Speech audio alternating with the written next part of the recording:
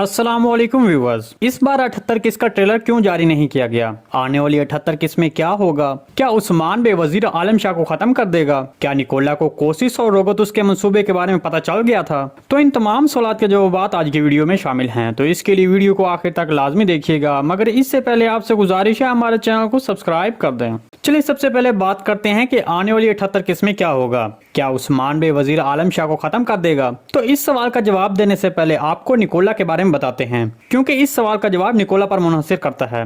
जैसा कि आपने गुज़िश्ता किस्म में देखा कि जब कोशिश और रोगतुस आपस में बातें कर रहे थे, तब जोलिया ने उनकी बातें छुपकर सुन ली थी। इसके बाद आपने देखा कि वहां से रोगतुस और निकोला के जाने के बाद जोलिया वापस जाती है।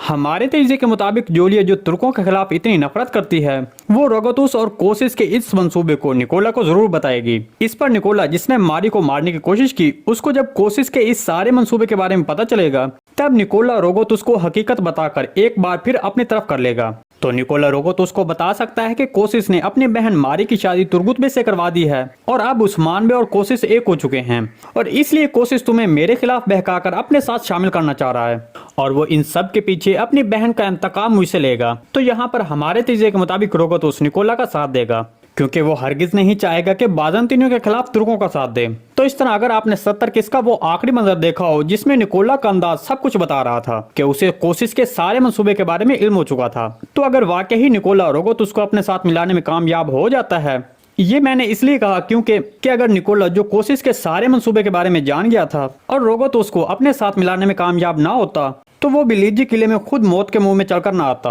हमारे तजज़िये के मुताबिक रोगतुस निकोला का साथ देगा, तो वो निकोला और वजीर आलम शाह की हिफाजत के लिए पहले से ही कुछ इकदाम करेगा। मतलब जैसा कि उस्मान बे वजीर आलम शाह के कमरे में पहले से मौजूद थे, तो हो सकता है कि कमरे में रोगतुस या फिर वजीर आलम शाह के सिपाही भी मौजूद हों, और जबकि निकोला की कोशिश से हिफाजत के लिए भी कुछ ऐसे इकदाम हो सकते हैं। तो इन सारी बातों को देखते हुए कहा जा सकता है कि वजीर आलम शाह फिलहाल उस्मान बे के हाथों बच जाएगा, बल्कि यहाँ पर उस्मान बे और उसके लैब्स किसी जाल में फंस सकते हैं, जो फिर बाद में जंग करके बाहर निकलेंगे। यहाँ पर हो सकता है कि कोशिश निकोला पर हमले के दौरान फंस जाए, जिसके बाद तुर्गुत बे के जरिए कोशिश को बचाया जाएगा, जिस पर कोशिश का एतमाद उस्मान बे और तुर्गुत बे पर और भी बढ़ जाएगा। इसके बारे में आपको क्या लगता है? कमेंट सेक्शन में लाजमी बताइएगा। चलिए अब सबसे अहम सवाल के बारे में बात करते हैं, जिसका आप सब बड़ी बेचैनी से इंतजार कर रहे हैं कि 78 किस का ट्रेलर क्यों जारी नहीं किया गया। तो देखें, जैसा कि आप जानते हैं कि हर बुध की रात 11 बजे कुल्लुस उस्मान सीरीज की नई किस्त नशर की जाती है, लेकिन यहाँ पर आपको बता दें कि अब आने वाले बुध यानी कि 5 जनवरी को सीरीज की 78 किस्त नशर नहीं की जाएगी। ऐसा कुछ तुर्की ज़राए बता रहे हैं,